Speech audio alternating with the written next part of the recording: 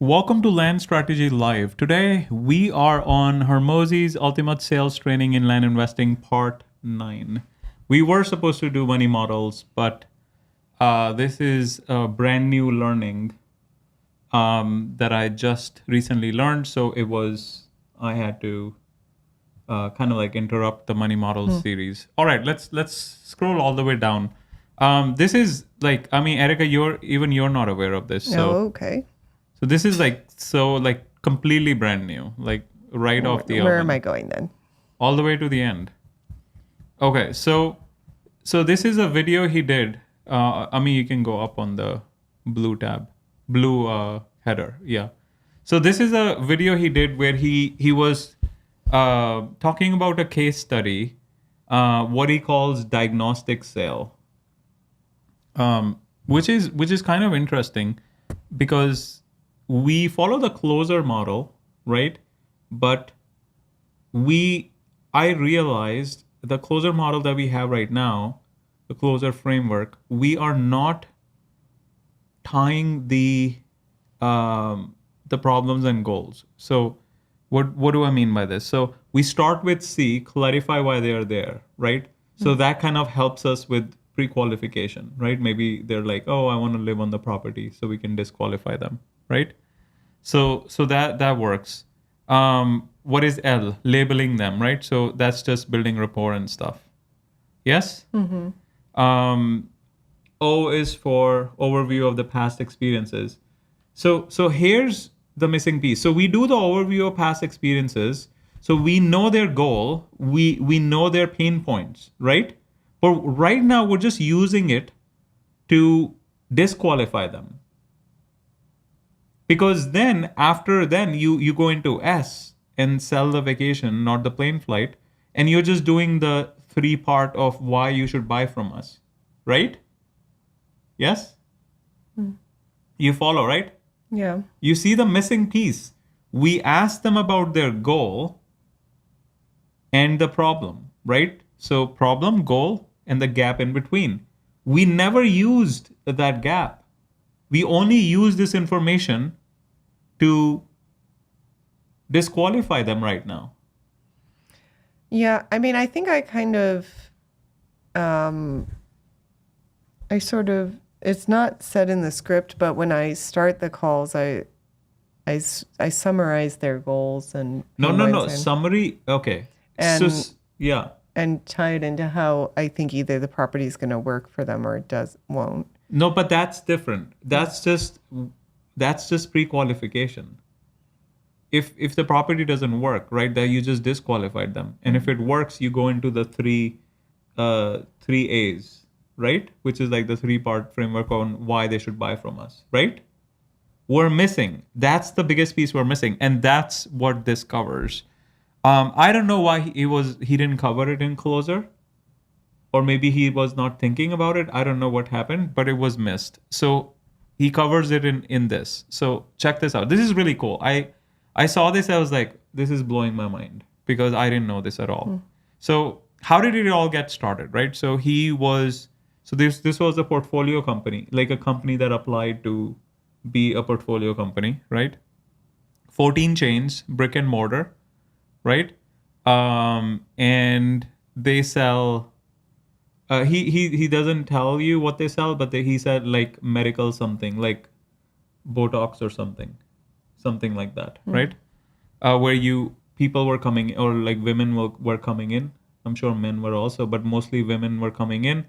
They will get the Botox injections and then they would leave. So it was more very transactional, right? So that's the context. All right, so let's go through it. So it was 14 locations, brick and mortar. So he applied this framework, which is not closer, but it's similar because it's essentially closer is you're doing over the phone. This is in brick and mortar, so you're doing it in person. Yes, right. So it's going to be different because people are coming in, they're waiting for the appointment. So it's like completely different workflow, but the principles are the same. So check this out. This is really cool because this is the first time I've seen this applied in a brick and mortar situation, which was not important before, right? Because it doesn't apply to us. But it's kind of important for me now because I'm doing the podcast and I'm doing strategy sessions. And if someone has a brick and mortar chain, in fact, I think one person is coming up who has a brick and mortar business, and now I have like more context of how to diagnose it properly. So he calls it diagnostic sale. All right, so let's see what it is, right? So this is the high level of what the diagnostic sale looks like. So person comes in. So think of it going to a Botox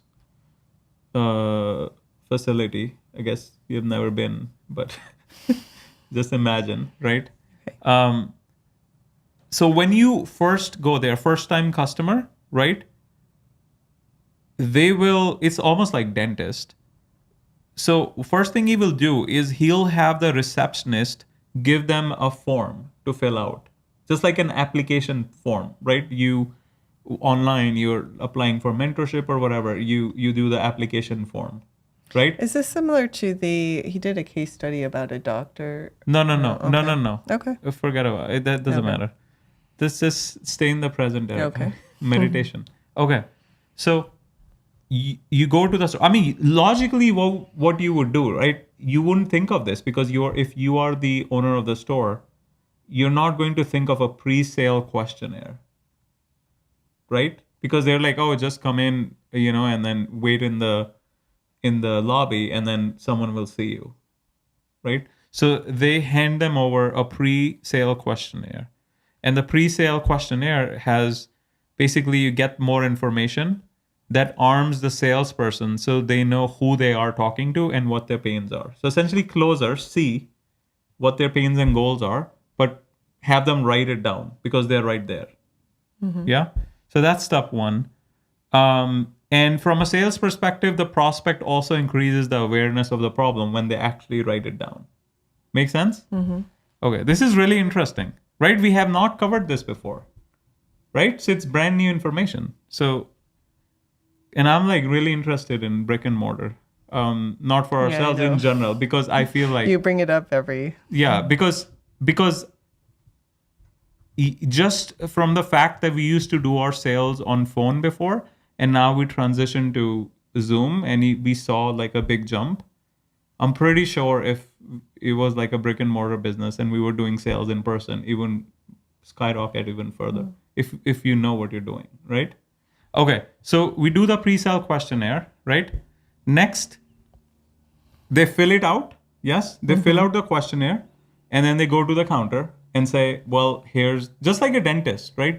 They talk about previous, or like a doctor appointment, what a previous medical history and stuff, right? So you give the pre-sale questionnaire to the receptionist, and the receptionist says, all right, looks good. I'm going to type this in and let's get your account set up, because you cannot see the medical professional unless your account is set up. So they set up the account, and then they say, okay, do you have, we need a credit card on file. That's his like favorite strategy, right? Mm-hmm. He's not going to even move the sale unless he has credit card on file.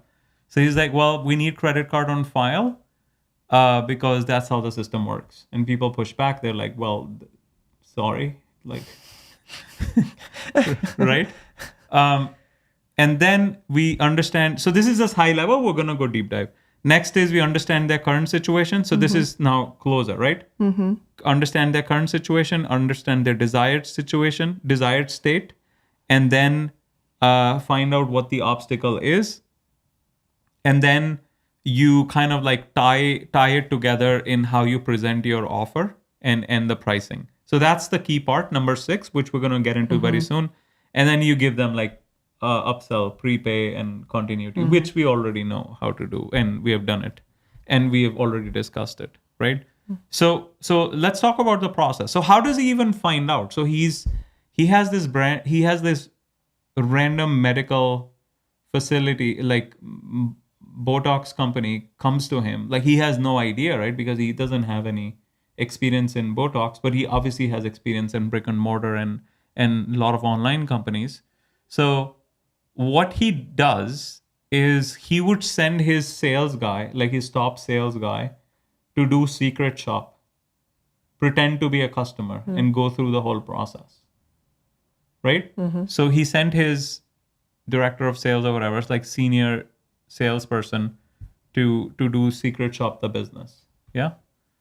Then they figure out who goes through the whole process, right? Figures out what the constraint is, and then you look at big opportunities, like can we solve them, right? Like easily.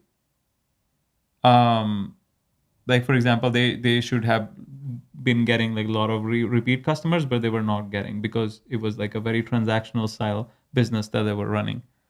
And also the important thing here is you want to find issues. So like think about us if we ever get into VC style business, right, where we are acquiring stakes. So he's saying you want to find businesses where you don't, for you to make it more profitable, like say you want to whatever 5x 3x the business, for you to do that it should be more of a packaging fix rather than a product fix, right? Yeah. So clearly there's a demand. There are like 14 locations. Clearly they're making money.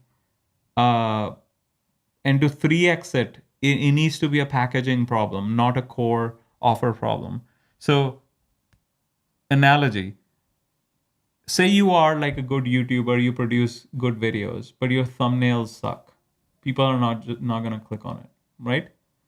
It's the same thing. Like the video needs to be good, and he'll come in and he'll fix the thumbnail and title. But if the video itself is bad, he's not going to invest. Okay. Right? So that's Yeah. interesting, right? Yeah. Okay. So the salesperson does the secret shopping. They find the constraint. And then author found out, oh, this is in fact an offer packaging constraint, right? Because fundamentally, you're not going to change the core of the business. Like if they're selling soap, you're not going to start selling HVAC, right? That's not going to change. Then he talks about killing zombies, right? You have to anticipate the obstacle people will throw at you because of this change, because of this packaging change. Because once you mention the price, because until you mention the price, you're acting as a guide. But once you mention the price, you have turned it into a salesperson. It's hard to overcome. Have you noticed that in your sales? Now you have a ton of experience, like a ton. Well,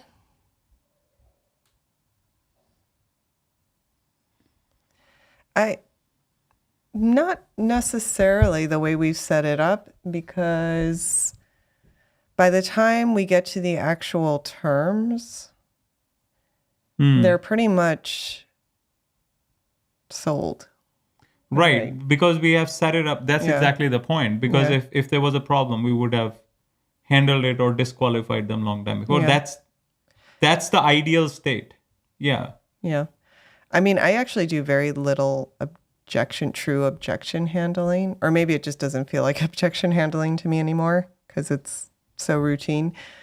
The main thing we get stuck on now still is when someone says, well, I need to think about it, and then we schedule for a few days later, and then but you're not handling it like you should be handling it and say, well, what are the variables you're using? Let's talk through them. Oh, so you haven't been handling it. Yeah, I mean, well, that's for a purchase that big, I just don't feel comfortable pressuring them. You're to not buy pressuring them. Yeah.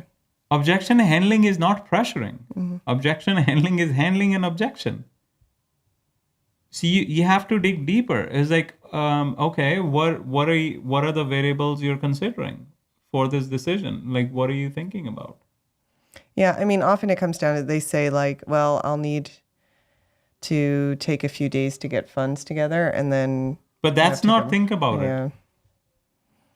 That's like what he calls it, like a foil. I need to think about it is not a real objection. It's a fake wall. Yeah. So you need to break that fake wall. that's the point. Like if ever, okay, so I think we discussed this. It's in my book as well. You should read it sometime. Oh, by the way, Erica, I think it's a bestseller right now. It's a bestseller. I don't think you need to type mine. Yeah. Yeah, the first one. Oh no, I lost the bestseller. Look at Kindle maybe. Oh, there you go. Kindle is a bestseller. We have it on live now, recorded. So it's proof in real estate investments. So anyone is interested, please check it out. All right, Erica, we can go back to regularly scheduled programming. I did my plug. And we captured the bestseller, so that's good. So if tomorrow I put it on the book cover, which I wouldn't. So I guess, I mean, we're going down a tangent now, but say I give the 3 options and they say I want to think about which one makes the most sense.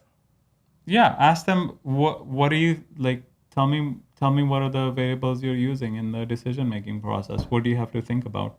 No, I'm just curious. Use the childlike curiosity. Huh? What are you thinking about? Like, tell me more. Like, I understand, but I would love to understand. You know, I'm always thinking about trying to understand better our customers' problems. Right? Yeah. Yeah. It's like the literally the most common objection. So hold on once again. The principle in the book states the sales process,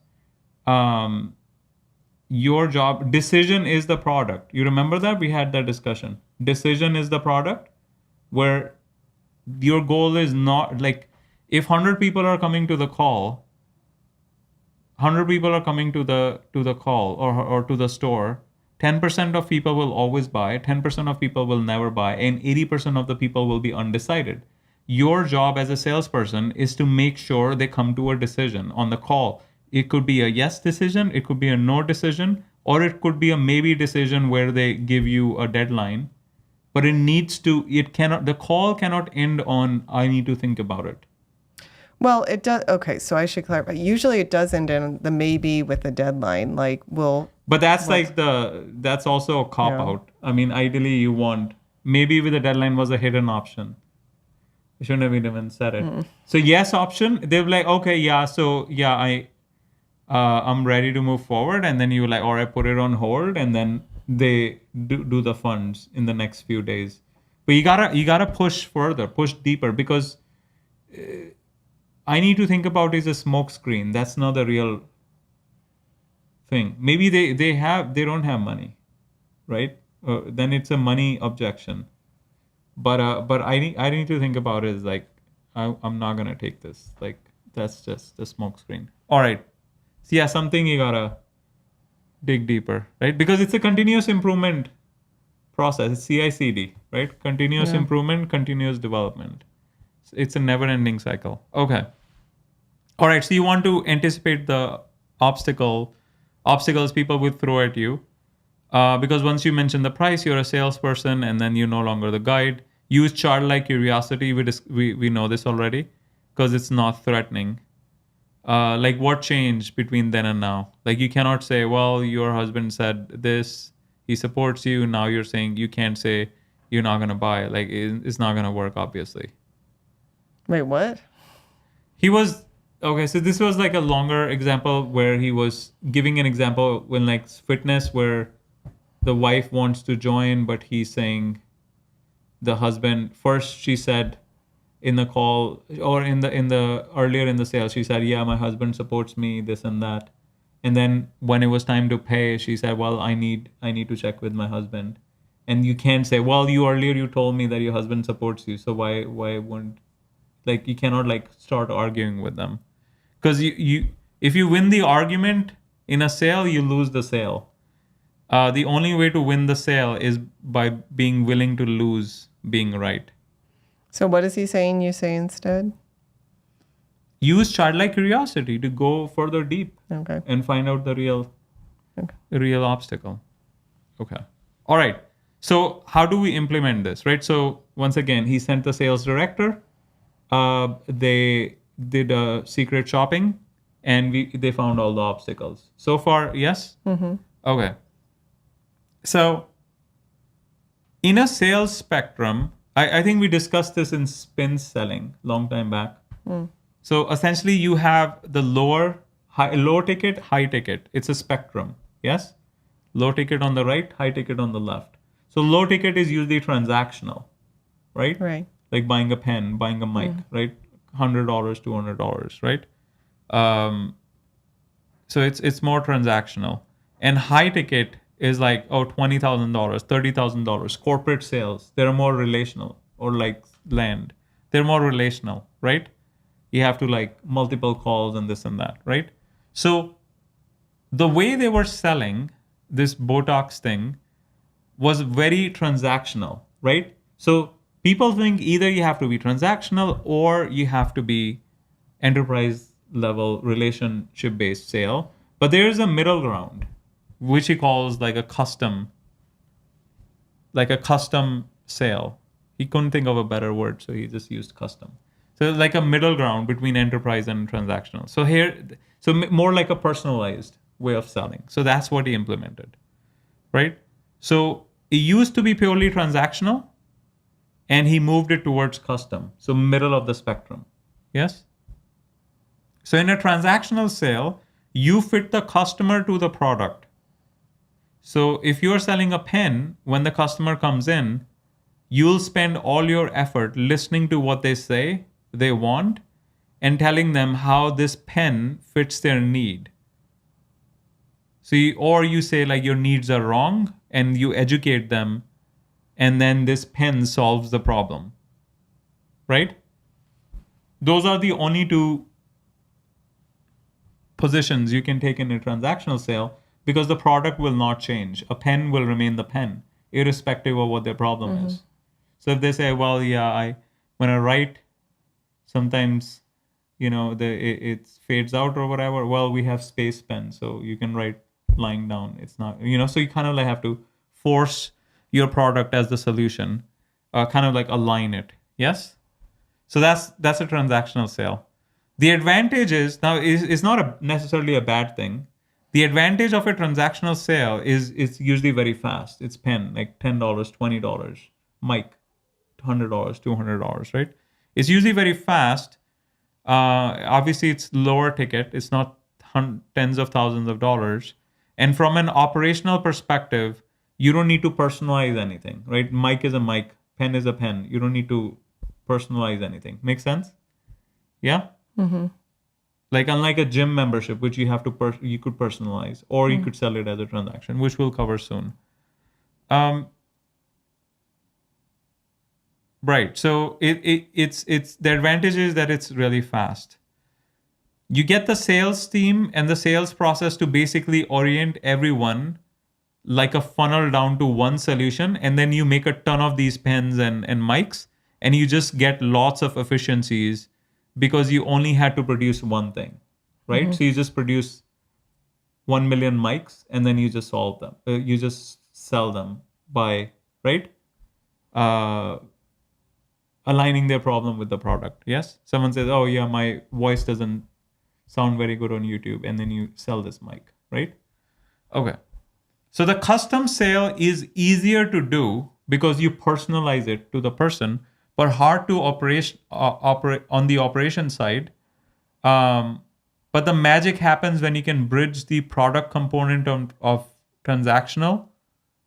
Like this is the only thing we sell, the only mic we sell, but you do it in a way that feels custom and personalized, right? So we're not changing the product, but we're making them feel that it's made for them, right? Obviously, it's not going to work with a mic, but it will work with, like, say, a gym membership. Yeah. I mean, it's what we're or doing. For us, Yeah. right? Because we're term sales, we Yeah. can customize it, Yeah. right? Okay. So that's so you understand. This is sort of what you did without having looked at this framework when you moved to the personalized owner financing terms. You took what for many people is purely transactional. Here are our terms, take it or leave it. And now we personalize it. Yeah. And I didn't know this framework. Yeah. I did it intuitively, right? Yeah.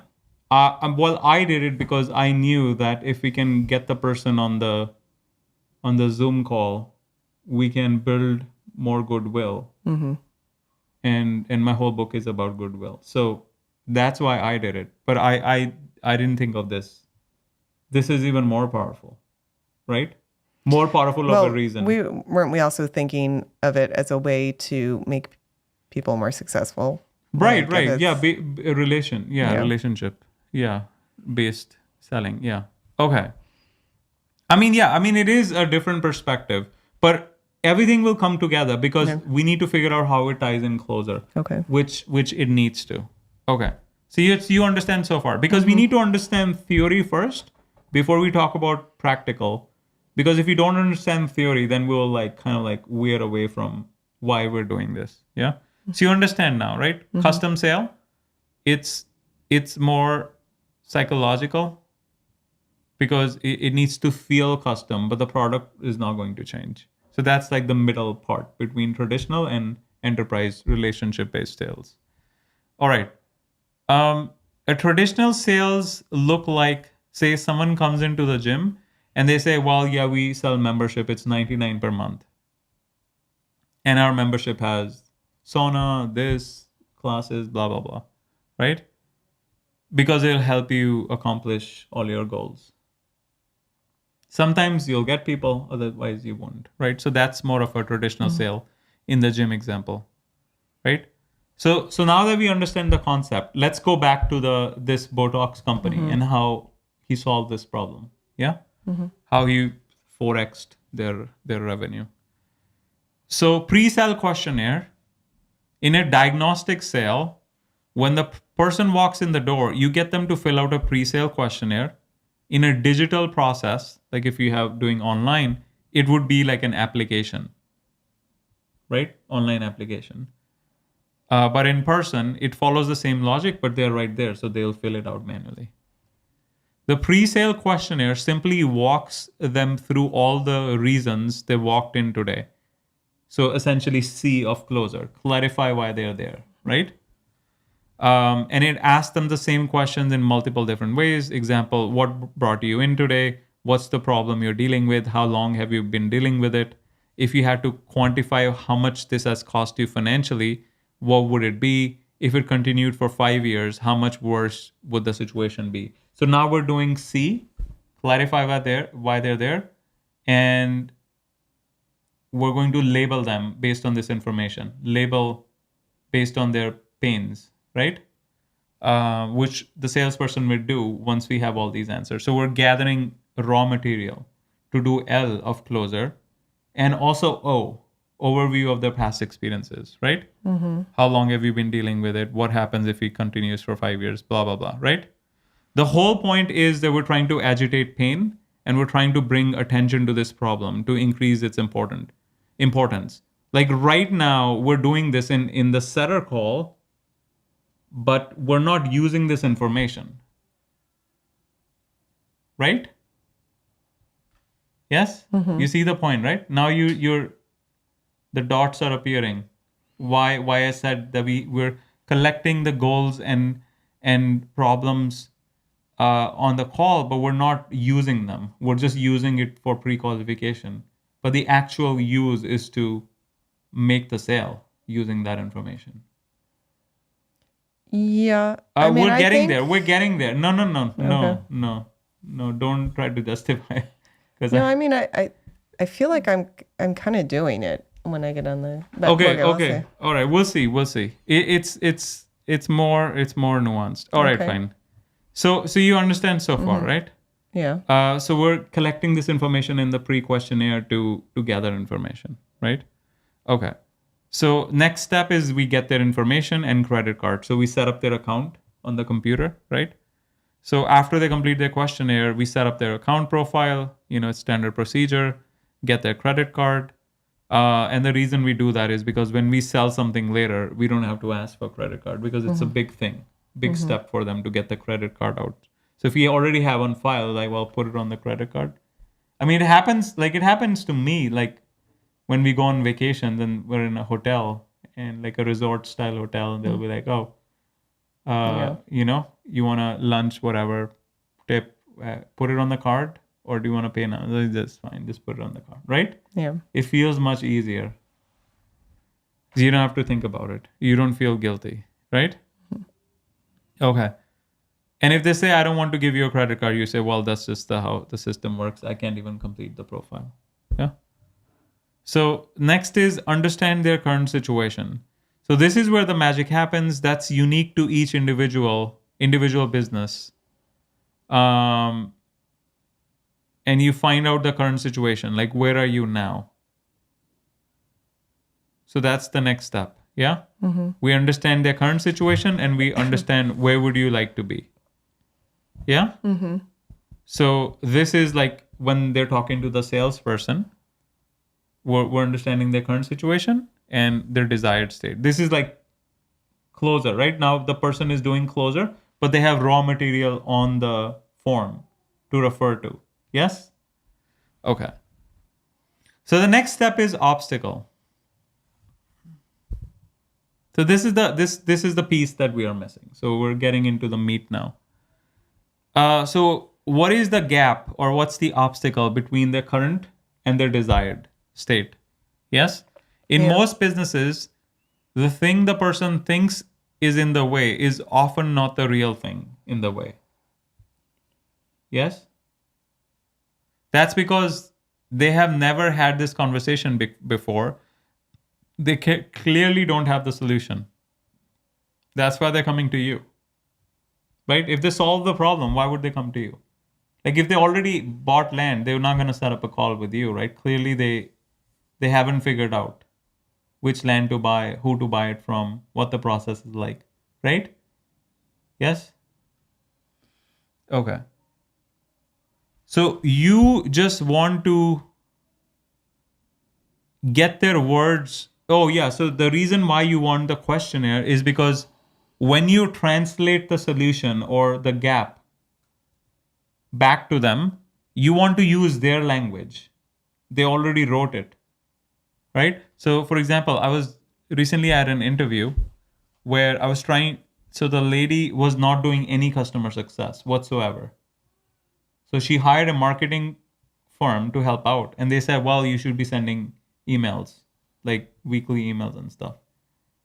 So that's what she's doing. And I was like, so your average, you're selling a high ticket product. Average price is, she said, is $15,000. $15,000. These are corporate clients. And the advice she got was to send weekly emails. That's extremely dumb. Right? Yep. Because these are like corporate clients, you should be calling them. Like this should be like a relationship-based sales. And she was wondering why I am not getting, because 90% of our customers were like new and only 10% was referrals. And I was like, you have to implement customer success. And she didn't even understand the word customer success because she kept on saying remarketing. Oh, I need to remarket no, customer success. You have to like work with the customers, existing customers, to make sure they're successful in whatever their problem they're trying to solve. It's not remarketing, right? So that was but she kept on using remarketing. And then I had to kind of like switch my language to remarketing so she can understand, right? So you have to, that's the reason why you do the questionnaire, because theoretically you could have the closer, salesperson can do the closer right in person, in words, in talking as opposed to writing, but then you lose this intelligence of the kind of words they use. Right? It's genius, right? It's very tactical. Mm-hmm. Yeah? Okay. So maybe in our case, we can have, if they fill out some kind of a form, like before the call, they're like, can you fill this out? Like Calendly links? Yeah. Calendly. So, but would we have them fill out a form and then go through the closer questions and then No, not closer question. Your call, before your call, we can have a little bit more detailed question. Right now we're like, well, Because my impression from this, and maybe I'm wrong, is the questionnaire is actually kind of like the setter, the closed CLO portion. They fill out the answers on the form. You don't go through it with a setter. Yeah. Yeah. No, yeah, it's solving that as well. But it would be because right now the VA is getting the questions answered and they're writing in their language. Yeah. You're getting VA's language. You're not getting the Well, lead. yeah, I understand that. I think what I'm saying is we could then not have the VA do CLO. No, they We have could- to do it, obviously. They have to do the CLO because the people are not going to take, they're not going to write the answers like in detail. So I think we should just implement it as a test to see what kind of answer we're getting. And maybe you can see if Yeah. it's helpful. If it's not, we'll get rid of it. Okay. We just want to be careful that we don't start annoying people with too many questions. Yeah, of course. That's, Okay. So, because there are a lot of people who are booking directly now as well. So we're missing CLO there, right? Okay. So you want to use their words so you can explain it back to them using the language they gave you. Example, in the weight loss, instead of selling the membership, it sounds like you need, and you go into the fitness, nutrition, accountability, 3-step framework with analogies and stuff, right? So that remains the same, S, right? But this is where it becomes diagnostic. So you do that analogy, three-part analogy, to explain why they should buy from you. But we need to do the diagnostic here. When you switch the sales process, the gyms remain the same. They still have the same workouts, nutrition, and accountability. Nothing changed. But how you present it changes. So rather than saying, oh, I'm going to sell you a 4-week thing and a 6-week thing, you say, well, so this is the part new, right? yeah, Hold on. Before we haven't even covered the example. Okay. You're like already trying to kill it. I'm not trying to kill it. I'm just, Okay, hold on. So they say, all right. So he puts them on the scale, and the scale says 200 pounds, right? And then say, all right. So on the pre-questionnaire, you said your goal is 140 pounds. Yes. So that means you need to lose 60 pounds, and to lose that safely, you cannot lose more than 1.5 pound per week. Yeah. That means if you do the math, you need 45 weeks to lose 40 pounds. Yes? So 45 weeks is how long it would take us from 220 to 140 pounds. Yes? Make sense? yeah, So you see how he's translating. yeah. Okay, so hold on. So next, you present the price in relation to the goal. This is like the meat. So this is what we're not doing right now. So for example, you say, all right, so we currently charge $99 per week. So we can get you there in 45 weeks, which means it is $4,500 with a guarantee. Obviously, with a we're making an offer, we will always have some kind of a risk based, right?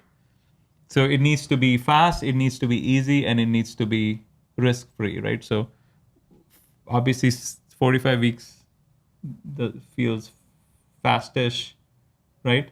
It's fast, it's easy, well, you just have to follow the steps, and it's risk free because we're guaranteeing it. And the guarantee he would give is, if for whatever reason you don't lose the weight in that time, I'll work for you for free until you do. That's the guarantee, right? So that means you pay $4,500, you can write that weight off. Like you can count that weight for good. You can put it out of your mind. It will be done. Give me the $4,500 and it'll be done. Yes? So pay me this money and we'll get there one way or the another as long as you follow the steps. You're going to follow the steps, right? And they'll say, yeah, of course I'm going to follow the steps. By positioning it this way, You're not selling the membership anymore. You're selling exactly what they want and putting a price tag on it. So how does this work in land? So instead of giving them owner financing option, this is what I thought. We still have to run it through ChatGPT. I was thinking, all right, so you want this land, instead of going into like pricing, we do the 3 A's: affordable, this and this, and then you go into, okay, so you want this land. When are you looking? This is what I thought. How you translate this? When are you looking to become a landowner? Like, when do you want the deed in your name? Forget about owner financing. We don't even mention that. They said, well, by end of 2026 or by end of 2027. Okay, so 2 years. That means now you get to price. So that means we can, if we do a 2-year loan, it will come to X per month, and we require, and assuming you put 10% down, assuming you and it's a 2-year loan, so you fix the monthly, and now you can transition to, okay, so, and how much monthly are you looking for? And they say, well, so if we say the monthly comes, if a 2-year loan monthly comes out to $800, yes? And then they say, well, I was thinking a monthly of around 500. Okay, so which means you need to put this much down to bring it down to 500. Clicked? Did the dots connect? Yeah, I see where you're going, but what if the monthly comes out lower than what they would have initially thought they'd be willing to do? Then they say, well, perfect, you can become landowner sooner. Yeah, I mean, they might not mention it. They might just say, What do you mean? okay. No. You said that's fine, because if they say a ridiculous timeline, they say, oh, by 2030, you'll be like, why so, like, you don't want to be like, I don't think anyone will say that. Everyone will be more optimistic. When if you ask the question of when you want to become a landowner, they're not going to say 2035. Most people will be like, well, end of the year or next year or like 2 years, because they're not even thinking, right? Because everyone thinks like, oh, how much monthly can I afford? But if we reposition it and say, so when are you looking to become a landowner? Like, when do you want this land to be 100% under your name? And they'll be like, well, within a year or so. So let's say, so do you think like March 2027, or like give me like, have them pick. And why that's important, it's coming up. But you see the missing piece. The mind has been blown or not yet? Because we have been doing it wrong. Because right now we're having them pick out of the 3 options we presented. But we want them to give us 3 options, not us giving them 3 options. And we're just guiding them. That's the difference. Right? What we have is good, but what this is more than good. It's excellent.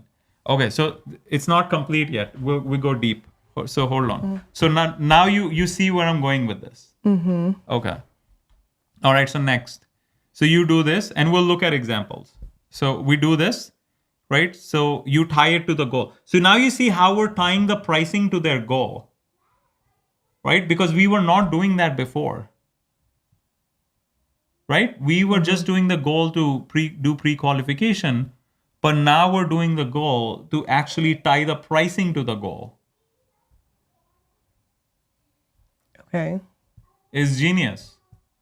It's very nuanced, right? Okay. All right. So next. So you do this, and then you incentivize it. So, well, do you want to save a little bit of money? And, well, if you prepay today, well, we have that. If you prepay within 6 months, we'll give you 5%, right? That kind of thing. That we're already doing. Okay, examples.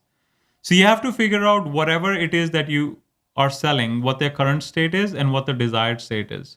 So current state is they're not a landowner. Desired state is they want to become a landowner. Yes? Right? Remember you were saying, well, we go to the workshop and you were like, well, we're gonna learn something. And I was like, well, not if we cover pretty much every video. Well, I'm sure Like, there'll still be something. no. I'm then. just saying this, if we would have gone, this is like what we could have potentially learned because we didn't know this before. Right? But that also favors my point that if we keep watching, it's just a matter of time. We uncover and more things, irrespective. I mean, yes, we'll still keep uncovering. I still think, though, if we go, Yeah. Of course, we will go. Yeah. Okay. So if you are a painter, so this is like a random example. He just completely picks a random example. So if you are a painter and you sell houses, you currently have this thing and you want a completely painted house, think how you can sell to the goal and break it into price to be that. So you will need 4 coats of paint in this time period. That means your whole house would be weatherproof. That means when you pay this price, that's what we're going to get by this date. And if you don't get it by this date, I'll give you X, Y, Z. That way we can relieve their risk. It's not going to happen, and we tie the purchase to the outcome. I mean, this is like a really bad example they pulled about painting houses, right? But for the portfolio company, so how did he do it for the portfolio company? So for the portfolio company, author wrote down the new diagnostic sale process, presented it to the management, and the average revenue went from 200. So he 4x'd the revenue by doing this diagnostic thing that we're doing. We'll be implementing, right? So before this, they were selling one-off transactions like Botox, right? We'll do this one time rather than saying, give us a call. Rather than saying, give us a call, what you want, when you want it again, you say, hey, you want to look a certain way. You're not here because you want a filler. You're here because you want to look a certain way. So if I show them a chart with faces and filler densities, where do you see yourself currently? So you let them self-identify, like basically from a scale of ugly to pretty, where do you like, and you give them like 7 photos, where do you see yourself? And they'll obviously pick, right? Or 1 to 10, right? They will pick like 2 or 3 or 4, right? So you have them self-identify it. Like in the weight loss example, you're not going to say you're fat. You're going to be like, have them on the scale, and this, so you're blaming the scale, right? You get them to pick how ugly they think they are and how pretty they think they want to be, right? Now everyone will say, I want to be like the number 10 out of 10, right? And you know where it's going, right? Basically, that means like you buy the most expensive. That's how he was able to 4x the revenue.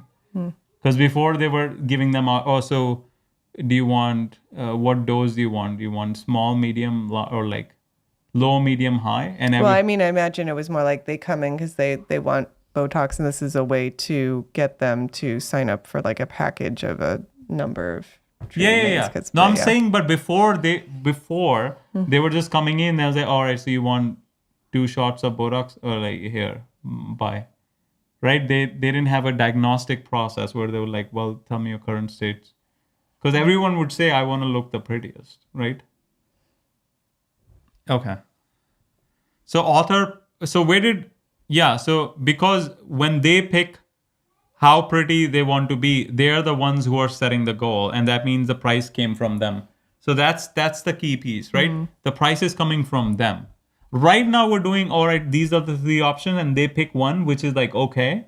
But if they pick the timeline, because right now monthly is static, which is like a really bad right now, because it's just a random number. We ask them what your budget is. Yeah. We're going by budget, but we should be going by, bro, when do you want to be a landowner? Yeah. No, you're right. That's a good. Oh, now it clicked. Now it took like, how long? 52 minutes. So you see how mind-blowing this is, right? So it only took me 52 minutes to convince you what I understood in my session when I was reading this. Well, I don't claim to be the sharpest tool in the toolbox. No, I mean, I'm not saying it took me. It was shorter for me. I'm just saying that I was I mean, it's not making me look good that it took me 52 minutes for you to have a breakthrough.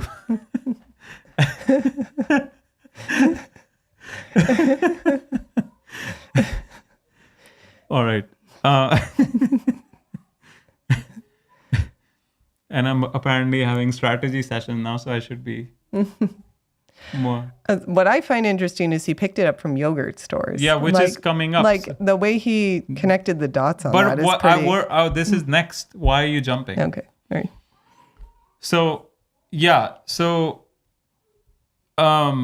you're when you're setting the goal, that means the price came from them. So author picked this up from the yogurt stores. If you go to a store, fill up the stuff behind the counter, and they say, well, it's $8. You're like, man, this place is so expensive. But if they give you the cup and you fill it up and you put it on the scale, you're like, man, I'm a fat ass, right? Same pricing, but because I had control over what I picked, I'm the one who is responsible for the decision. You're empowering them. Yeah, I find the way he made that connection is... Yeah, I mean, but a lot of times, you have this idea and then you tie it back. Like, right, I did in my book, I had this, right?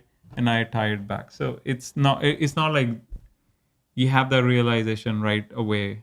You think about it and you tie it back.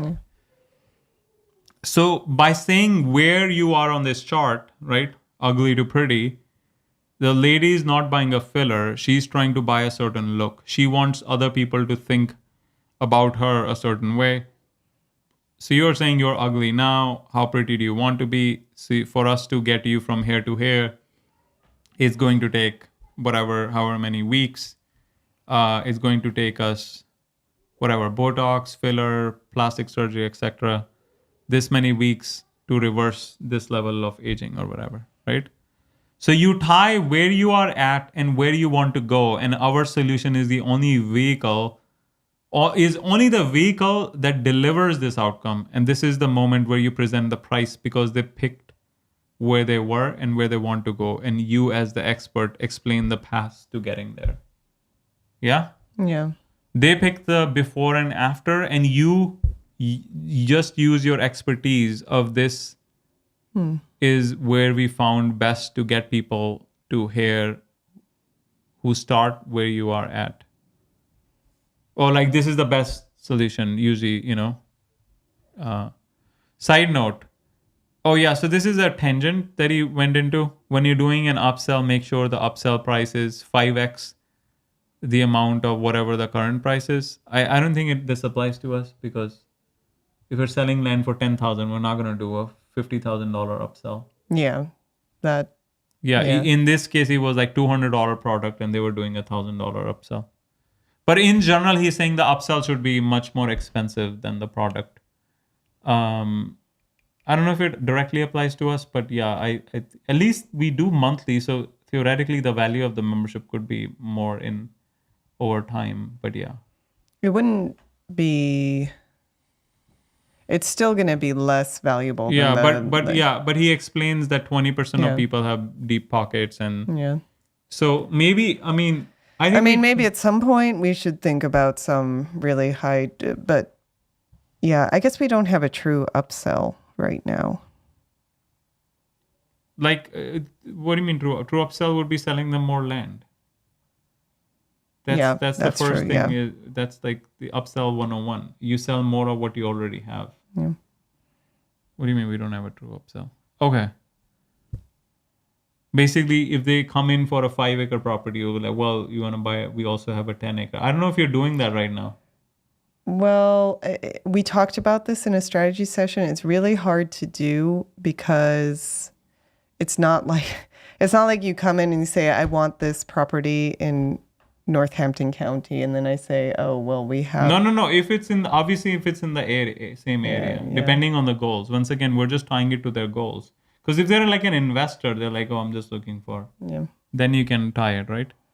Okay. So he talks about they were upselling like a $20 product. Although that's a good point. I mean, generally when someone comes in, they have a particular property that they are interested in, and I don't usually try to move them to a different property unless there's an obvious reason why. Tie it to their goal. Yeah, exactly. Okay. So the other thing he talks about is sales directors. Yeah, we discussed this, right? The secret shop. You try to do the secret shop on your own business. If you're a brick and mortar business, you have to take a low skill labor and teach them the sale process.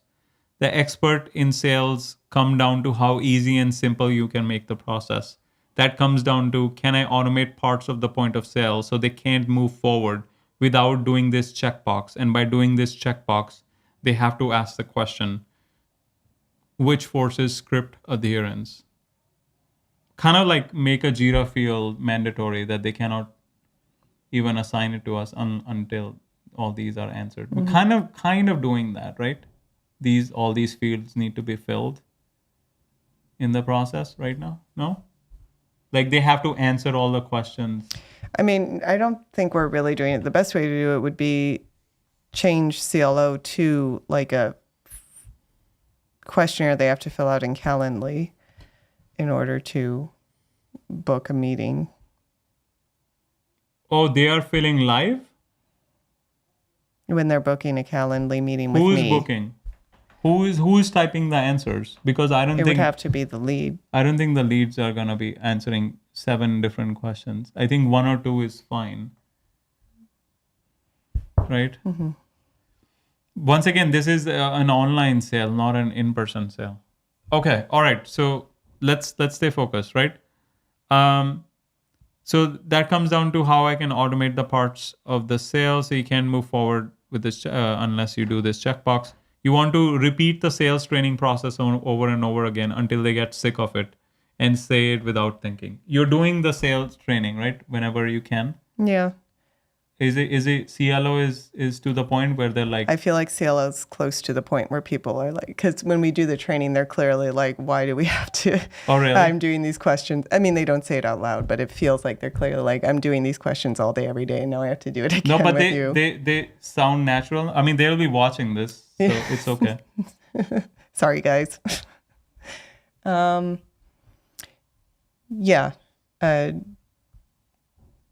It depends on people who are newer. Probably need to do a few more Okay. reps, but yeah. Yeah, no, but we should keep doing. I mean, we have some good changes came out of it, Yeah. right? Okay, so that's the theory. So now we need to talk about how to apply it in the land business. So I put this in. I put this in. Wait, where did it go? Oh yeah, so I put this in ChatGPT and I asked ChatGPT to kind of make this, tell me what you think. So this is what it says. I don't know. I don't know. So it says if you apply it to owner finance land sales, your close rate and note size can go up without changing the land. I don't know if it did a good job. Move from property sale to desired outcome sale. Place to build, place to escape. You sell acreage, you say transactional, you sell outcomes, you move into diagnostic. So I mean that I can put it in the as a thread, right? So what did we discuss? So this is diagnostic sale in the closer script, right? SER script actually, right? Mm-hmm. So this is after you do the 3, right? Tie the pricing to their goal, right? So basically instead of saying, so like when do you want to become like a free and clear landowner, right? Right? Mm-hmm. With deed in your name. So you work with ChatGPT to come up with the right question, right? And then tie the monthly payments, down payment in for this timeline. Yeah. Yeah. I mean, And that would if- mean making some assumptions about interest rates while we're doing. No, you do it live on the. No, well, no. You get it and say, okay. So now that I understand your timeline, I'm gonna give you 3 options. So Well, no, that wouldn't be them picking the. Can you do it live on the calculator? So you pick the three options, right? So max. So like if the interest rate, depending on the state, I mean, you already know this. So we do Yeah. 14%, Right. 12%, 9% if it's like Florida or whatever. And if it's like South Carolina, Right, so it's yeah. 8.7%, 8.2%, and 7%, right? So something like that. It doesn't matter, right? Yeah. As long as you have like three tiers. So you can be like, I mean, maybe we don't even need to do Well, that. that's why I was wondering what if they're picking the pricing, we don't necessarily need to do 3 tiers. Yeah, so If we can get their pricing. Like, okay, so let me rephrase. So right now we say, okay, tell me what you're thinking. Yeah, I mean, I think it's definitely doable. You just need to think through the mechanics of it. Because so you would start with how long do you Yeah. want the term? To calculate that, then you need to make an assumption about the down payment. So I suppose then you'd say, well, how much are you thinking Yeah, you can put yeah, down? Yeah, okay. And then, And then- I suppose based off of that initial down payment, I would decide which of our 3 interest rate tiers it seems to fit in, and then No, wrong. You pick the highest one and then say, well, if we can do, so if they pick 3,000, and then you did the math using the max interest rate, right? And then say, well, if you can do like you're countering, if you can do 45, I can do 12%, and if you do 6, I can do 9%. yeah, So those will be 3 options, but they have to, and then they pick, right? And Yeah. they might say, oh no, I'm fine, I'm picking this 3,000. So they are picking the interest rate, yeah, which we're already doing. But the term shortens because right now we're getting screwed in the monthlies. I think down payment, we tied it to the interest rate, and that kind of like solved the problem because they are in charge. But monthly is very low right now because there is no counter. We don't have a leverage. This is giving us leverage on the monthly. You see the point, right? Because we'll be like, well, how quickly do you want to be? I don't think we should try to overhaul the whole process. Just have this additional question Okay. section where just say, well, how ask ChatGPT, when do you want to become a landowner, free and clear, where the deed is in your name, well, we can't exactly say free and clear. or just when do you want the deed in Yeah. your name? When Yeah. do you want to be the landowner, right? Yeah. Okay. All right. Let's finish this so we can wrap this. Oh yeah, we're at time. Yeah. So pre-call diagnostic, which we already do. Structure the call. Walk me through what are you doing right now? Are you renting? Blah blah blah. Desire state. We already do that. Identify the real obstacle. Price to outcome. Also, this ChatGPT tried to do it. You mentioned you're paying 2,000 in rent, and you want to build on in 2-3 years. Also, it is doing what we were thinking. Yeah. Okay. Let them pick before and after. It says on a scale of 1 to 10. Are you doing the on scale of 1 to 10? I haven't seen recently. Did you forget?